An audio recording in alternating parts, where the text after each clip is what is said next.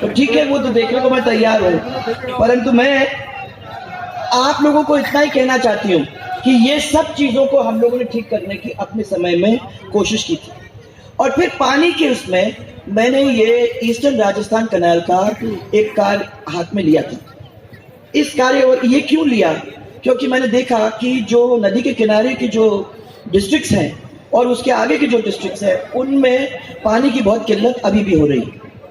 जैसे अजमेर के अंदर अगर आप देखो तो आज भी 2 दिन में एक दफा पानी मिलता है सर, यहाँ भी ऐसा ही। और यहाँ भी ना वहां से आप यहाँ तक पहुंचोगे तो ये पानी जो बीसलपुर का यहाँ आना था जयपुर के अंदर और आसपास, वो क्योंकि नहीं है, और अजमेर वालों ने बीच में ही रोक दिया है। उन्होंने कहा ये कहाँ से पानी जाएगा, जब हम पी नहीं सकते तो जयपुर कहाँ जाएगा। इसलिए हमने कहा था कि ERC अगर आप बना लेते हैं कि बीजेपी की सरकार आएगी और जब भारतीय जनता पार्टी की सरकार आएगी तो इसको निकाल करके जहां तक पानी पहुंचाने का काम है उसको पहुंचाने का काम करेगी। थोड़ा इसके बारे में आपको बताऊं। हमारा मन था कि इसका पानी, चंबल का पानी हम लोग उठा के बीसलपुर के बांध में डालते हैं, तो बीसलपुर के बांध में जो सूख जाता है समय में, तो वो पानी अपना अजमेर तक आ जाएगा, तो अजमेर के अंदर पानी पीने का हो जाएगा। और फिर क्योंकि आगे आएगा, किल्लत नहीं होगी, तो जयपुर और जयपुर के आसपास आगे 5 साल है। इस 5 साल के अंदर उन्होंने बहुत कुछ कवर कर लिया होगा, परंतु उन्होंने कवर के बारे में तो सोचा ही नहीं, राजनीति के अंदर और फंसाने का काम कर दिया। तो ये चीज जब तक उस राजनीति में से नहीं निकलेगी तब तक हम इसको आगे बढ़ा नहीं पाएंगे। फिर अभी आप लोग चिल्ला रहे हो हमारे साथ अन्याय हो गया, हमारे साथ मैडम अन्याय हो गया, तो आपने मालूम है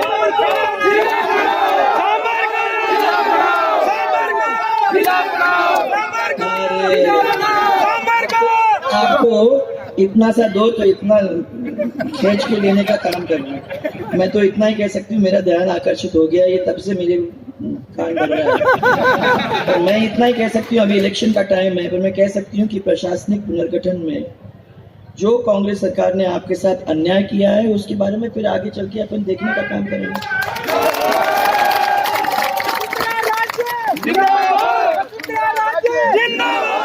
पिछले नवंबर के महीने में आपकी बड़ी संख्या में चिड़िया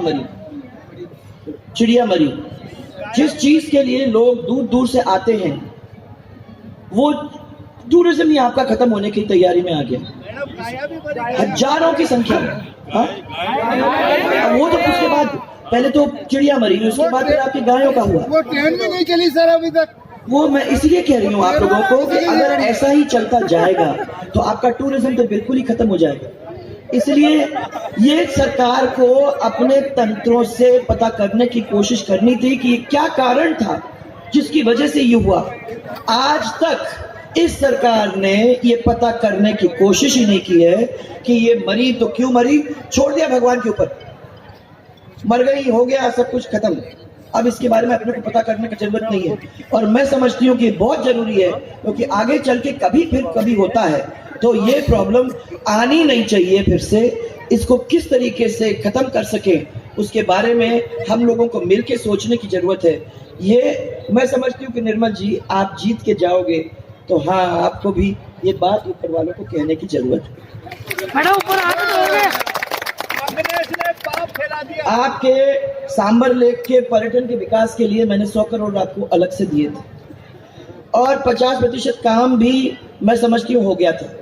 आपकी जो रेलवे लाइन अंदर से जाती है उस रेलवे लाइन को सुदृढ़ करने के लिए भी हमने आपको पैसे दिए थे, परंतु यहाँ के पर्यटन को नुकसान पहुंचाने का काम इस कांग्रेस ने किया, उसको आगे ही नहीं बढ़ाया।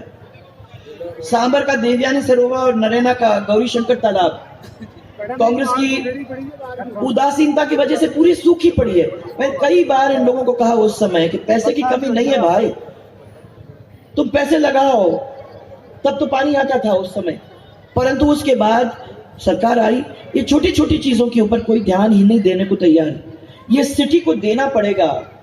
इसलिए मैं कह रही हूँ कि एक कमेटी बना के उसके हाथ में अपने को अगर ये दे देते हैं तो आगे चल के सिटी के लोग खुद ही अपने चीज को संभालने का काम अगर करेंगे तो सरकार से ज्यादा अच्छा काम वो करके देंगे, ये मैं विश्वास करती हूँ। फिर ये आपके पट्टा अभियान में करोड़ों रुपए का भ्रष्टाचार हुआ, उसके बारे में अपन ने सुना। पैसा नहीं दिए वे लोग नगर पालिकाओं में पट्टे के लिए चक्कर खा खा के थक के बैठ गए, ये भी आप लोगों ने देखा है। और इसी तरीके से क्या हुआ ना दो, इनको बता देना बाद में। मैं इसीलिए खाली कहने आई हूं कि काम तो कभी खत्म नहीं होगा भाई, चलता रहेगा, परंतु इस काम को ठीक तरीके से करने का ऐसा व्यक्ति होना चाहिए जो इसकी जिम्मेदारी लेगा और जो इसके लिए दौड़ भाग करने को तैयार है, जिसको थोड़ी समझदारी है कि ये हमारे इलाके में अगर ये काम हो जाता है तो उसका क्या फायदा हमको मिलेगा। मैं समझती हूँ आपके पास निर्मल है, आपने इसको अच्छी तरह से इसको परखा है, इसको देखा है। हाँ, आप लोगों के बीच में कभी कभी अटर पटर हो भी जाती होगी, निर्मल कुमार जिंदाबाद, परंतु सेवा करने में तो फिर लगा ही रहता है। इसीलिए आज मुझे कहना है कि यहाँ सब समाज के लोग बैठे हुए हैं। हमारे बीच में लोगों ने कई दीवारें खड़ी करने की कोशिश की है, अभी भाई कई यहाँ तो आपने देख लिया, अलग अलग समाज के अंदर भी समाज के झगड़े पैदा करने की कोशिश की है। ऐसा चलता रहेगा भाइयों, पर मैं ये कहना चाहती हूँ आप लोगों को, सब पूरे समाजों को एक टेबल पे बिठा के कंधे से कंधा लगा के 36 के 36 कौम को साथ लेकर अगर हम लोग आगे बढ़ चलेंगे तो मैं आप सबको विश्वास दिलाना चाहती हूँ कि विकास होगा और वो सबका होगा, किसी एक का विकास नहीं होता है। अगर पानी का हैंडपंप लगता है, अगर पीने का पानी आता है, अगर सिंचाई का पानी आता है, अगर रोड बनता है, अगर बिजली आती है, तो किसी एक समाज का नहीं होता, किसी एक व्यक्ति का नहीं होता है, सबका होता है। तो जब सबका है, सब समाजों का है, तो झगड़ा करने से क्या मतलब। प्यार से अगर कंधे से कंधा मिलाकर चलोगे तो आप देखोगे कि जहां 100 काम हो सकते थे वहां 200 काम हो जाएंगे, उसका विकास आपका नहीं रुकेगा। तो आज मैं इतना ही कहने आई हूँ, मैंने कहा मेरा यहाँ उतर के एक दफा निर्मल को देख के आऊं, आप लोग सबसे मिल के आऊं, आपकी आंखों में आंख डाल के ये तो देखो कि आपका मन क्या चल रहा है। क्योंकि मैंने देखा है किसी भी क्षेत्र में अगर चले जाते हो तो जब मंच पे खड़े हो जाते हो और 1 मिनट के अंदर जब आप आंखों में आंख डाल के लोगों को देख देते हो तो मालूम पड़ जाती है कि मन किधर जा रहा है। भाई अगर वो आंखों में आंख डाल के मुस्कुरा के खुश होके आपकी तरफ देखता है तो मानो कोई चिंता की बात नहीं है, जैसे आप आज कर रहे हो। तो अगर की बात ही नहीं है, इसलिए आज मैंने, और ये जिम्मेदारी मैं अकेले नहीं लेती भाई, मैंने तय कर लिया है कि मैं क्यों जिम्मेदारी लूं। परिवार आपका है, आप लोग साथ काम करते हो, तो जिम्मेदारी भी तो आपको लेनी पड़ेगी। ले लो। खाली माला लेके आई हो, अगर आप हाँ करते हो तो मैं माला डालूं।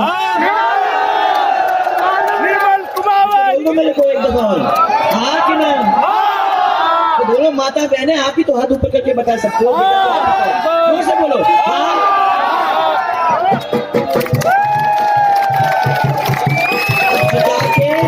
25 तारीख को मेरे पीले चावल बांट देना, और पीले चावल प्लीज लेकर के आप मेरा निमंत्रण स्वीकार करके पहुंचे, और 25 तारीख को अपना 11 बजे के पहले वोट डालकर घर आ जाएं, तब मैं मानूंगी कि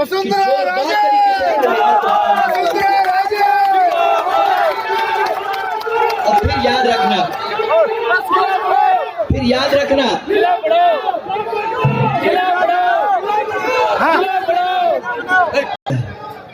जो बाहर के आदमी होते हैं ना, उन्हें क्या समझ कि आपको क्या जरूरत है, आपको किस बात की जरूरत है।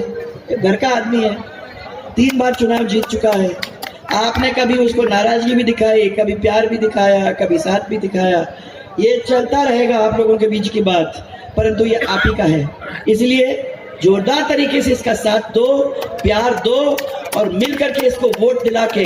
और यहाँ तो क्या है, आपने कितने वोटों से पिछले बार जो किया ना, इसका आप 50 गुना करके मेरे को दोगे, तब तो मैं मानूंगी कि हाँ 51,000 तो होने चाहिए भाई। इतना लेजी पना तो अपने को नहीं करना, सब लोग जाएं और अपना वोट डाल के आए, मालूम तो पड़े कि हाँ सांबर कोई चीज है, नहीं तो मालूम क्या पड़ेगा। ये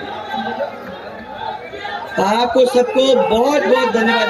अरे यार आज तो इलेक्शन होगा, उसके बाद की बात करेंगे। अभी सब लोगों को मेरा बहुत सारा प्यार और मेरा बहुत सारा धन्यवाद। ये देखेंगे अपने को क्या करना है आपका क्षेत्र। सबको मेरा बहुत बहुत प्यार और धन्यवाद। वसुंधरा राजे, वसुंधरा राजे। मैडम कुछ समय और